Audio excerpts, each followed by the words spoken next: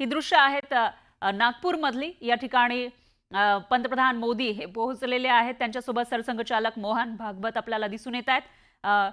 हेडगेवार स्मारक समिती या ठिकाणी हे दोघेही पोहोचलेले आहेत। त्यांच्यासोबत बातचीत होताना दिसते। या दोघांमध्ये संवाद आपल्याला पाहायला मिळतो। त्यामुळे नेमका काय संवाद होत असेल याविषयी उत्सुकता आहे। कारण संघाच्या मुशीत घडलेले पंतप्रधान मोदी हे पंतप्रधान या पदावर पोहोचलेत आणि तिसऱ्यांदा ते पंतप्रधान झालेले आहेत आणि यानंतर आता ते नागपूरच्या या RSSच्या मुख्यालयामध्ये पोहोचलेले आहेत। आणि यासाठी निमित्त आहे ते म्हणजे 100 वर्ष पूर्ती 100 वर्ष झालेले आहेत RSSना आणि त्या पार्श्वभूमीवर पंतप्रधान मोदी या ठिकाणी भेट देताना दिसत आहेत। तिकडची थेट दृश्य मुख्यमंत्री फडणवीस त्यांच्यासोबत आहेत, केंद्रीय मंत्री नितीन गडकरी सुद्धा त्यांच्यासोबत आहेत।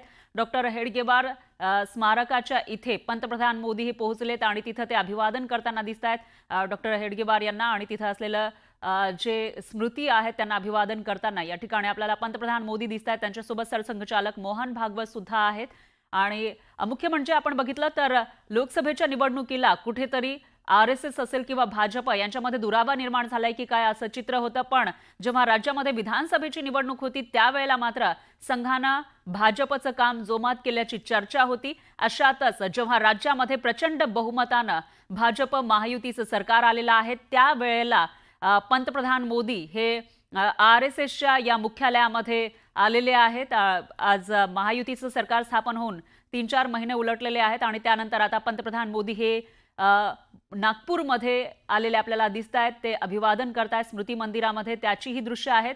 दरम्यान यावेळेला काही त्यांची प्रतिक्रिया येते का तेही बघावं लागेल आणि या दोघांमध्ये नेमकी काय चर्चा होते याकडे सगळ्यांचं लक्ष आहे। कारण RSS जी एक मोठी संस्था आहे आणि त्या संस्थेचे 100 वर्ष पूर्ण होत आहेत। त्या पार्श्वभूमीवर याच RSSचे प्रचारक राहिलेले आणि संघाच्या मुशीत घडलेले पंतप्रधान पदापर्यंत पोहोचलेले मोदी इथं आलेले आहेत। ते अभिवादन करताना आपल्याला दिसून येत आहे। संघाच्या मुख्यालयासह जे स्मृती मंदिर आहे त्याचंही दर्शन त्यांनी घेतलेलं आहे। हेडगेवार यांच्या समाधीचं दर्शन पंतप्रधान मोदींनी घेतलंय, त्यांना अभिवादन केलं आहे आणि याशिवाय हे दोन्ही नेते एकीकडे आहे सरसंघचालक मोहन भागवत आणि दुसरीकडे देशाचे पंतप्रधान मोदी हे दोघेही चर्चा करताना संवाद साधून पुढे जाताना आपल्याला दिसून येत आहेत आणि त्यांच्यासोबत राज्याचे मुख्यमंत्रीही आहेत। त्याचबरोबर जे केंद्रीय मंत्री आहेत नितीन गडकरी हेही आपल्याला दिसून येत आहेत। पुन्हा एकदा जाऊयात आपले प्रतिनिधी उदय तिमांडे यांच्याकडे।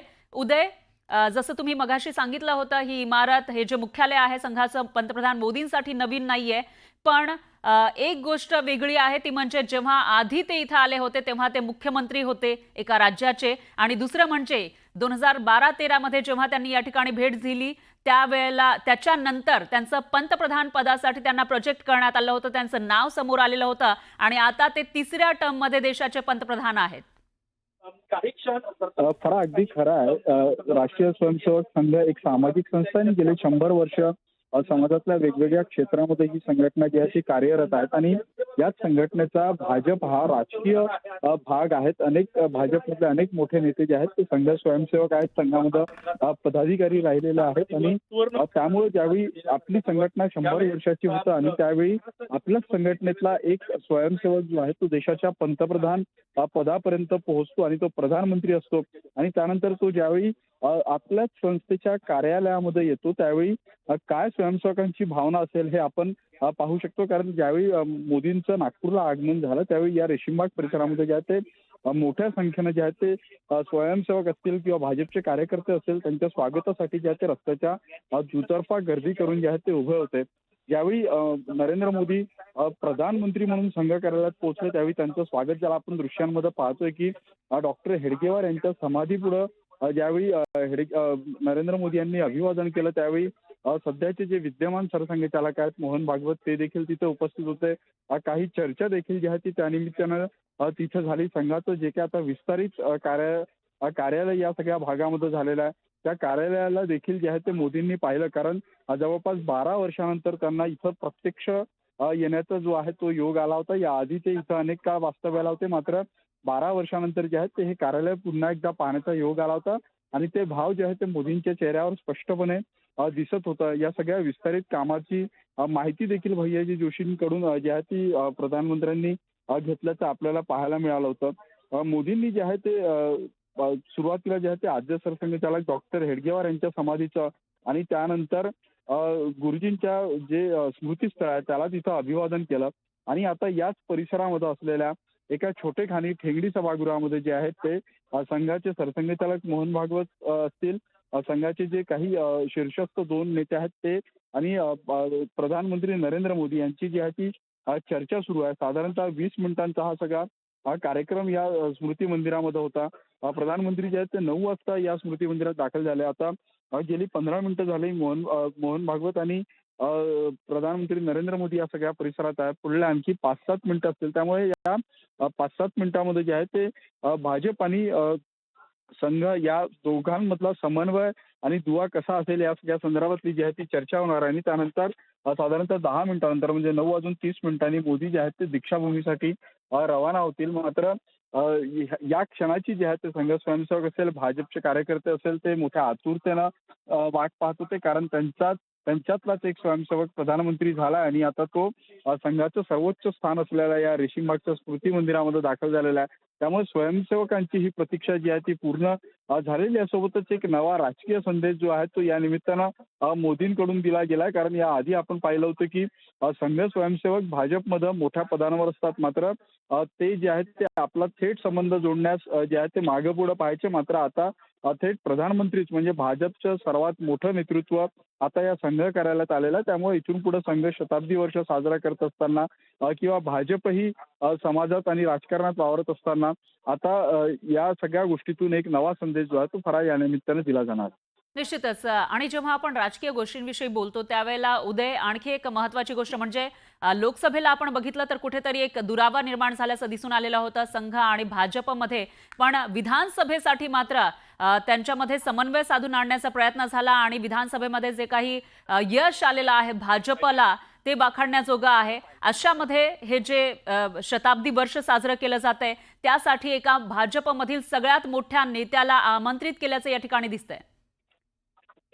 फरा आपण आता ही सगळी थेट दृश्य पाहू शकतोय, कारण मोदींचा ताफा जो आहे तो आता स्मृती मंदिर परिसरातून बाहेर निघत आहे. त्यांची पायलट गाडी जी आहे ती समोर आलेली आहे आणि थोड्याच वेळात प्रधानमंत्री नरेंद्र मोदी इथून रेशीमबाग मधून निघून जे आहे ते पुढं दीक्षाभूमी येथे डॉक्टर बाबासाहेब आंबेडकर यांच्या स्मृतींना अभिवादन करण्यासाठी जाणार आहे.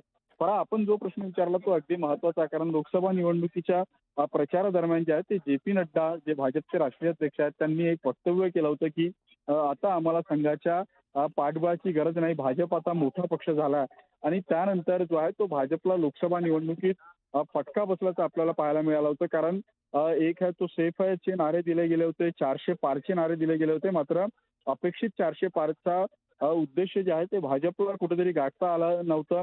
कारण संघ स्वयंसेवकांमध्ये जे.पी. नड्डा यांच्या विधानावरून नाराजी असल्याचं आपल्याला पाहायला मिळालं होतं आणि त्याचा तो फटका बसला होता आणि तो फटका विधानसभेत बसणार नाही या दृष्टीने जे आहे ते भाजपने देखील काळजी घेतली होती आणि संघ देखील सक्रिय झाला होता. निश्चितच. उदय, आता तुम्ही सांगितलं एक महत्त्वाची अपडेट ती म्हणजे ही जी संघ मुख्यालयाला भेट होती ती संपन्न झाली असं आपल्याला म्हणता येईल आणि त्यानंतर दीक्षाभूमी तीही अतिशय महत्त्वाचे आहे. याआधी सुद्धा पंतप्रधान मोदींनी तिथं भेट दिली होती, पण यावेळेला आता एप्रिल महिना सुरू होईल 2 दिवसात आणि डॉक्टर बाबासाहेब आंबेडकर संविधानाचे शिल्पकार यांची जयंतीही असेल 14 एप्रिलला. त्या पार्श्वभूमीवर ही जी भेट आहे तीही महत्त्वाची आहे. फरा अगदी बरोबर आहे. नागपूर ही जी आहे ती विचारांची भूमी आहे. एका बाजूने नागपूरमध्ये संघ विचार आहे तर दुसऱ्या बाजूने दीक्षाभूमीचे असे 2 विचार आहे आणि या दोन्ही विचारांचा समन्वय साधण्याचा प्रयत्न जो आहे तो या मोदींच्या दौऱ्यातून झालेला आहे. कारण सुरुवातीला त्यांनी रेशीमबागला भेट दिली आणि आता ते दीक्षाभूमीला भेट देणार आहे. या आधी देखील प्रधानमंत्री नरेंद्र मोदी 8 वर्षाआधी जे ते दीक्षाभूमीला आले होते आणि दीक्षाभूमीला आपल्या प्रधानमंत्री पदाच्या कार्यकाळामध्ये दुसऱ्यांदा ही मोदींची भेट आहे आणि प्रधानमंत्री म्हणून दुसरी भेट देणारे मोदी हे आता या निमित्तानं पहिले प्रधानमंत्री ठरणार आहेत. जे प्रधानमंत्री कार्यालयातून जे काही कार्यक्रम मोदींचे आलेले आहेत त्यानुसार सुरुवातीला प्रधानमंत्री ज्यावेळी दीक्षाभूमीला पोहोचतील त्यावेळी तिथं असलेल्या तथागत गौतम बुद्धाच्या पुतळ्यापुढे जे आहेत ते नतमस्तक होतील आणि तिथं असलेल्या डॉक्टर बाबासाहेब आंबेडकर यांच्या अस्थि कलशाचं दर्शन घेऊन त्यांना अभिवादन करतील आणि काही काळ जे आहे ते ध्यानमुद्रेमध्ये दीक्षाभूमीमध्ये प्रधानमंत्री जे आहेत ते बसणार आहेत. यावेळी दीक्षाभूमी स्मारक समितीकडून जे आहे प्रधानमंत्र्यांचं स्वागत देखील केलं जाणार आहे.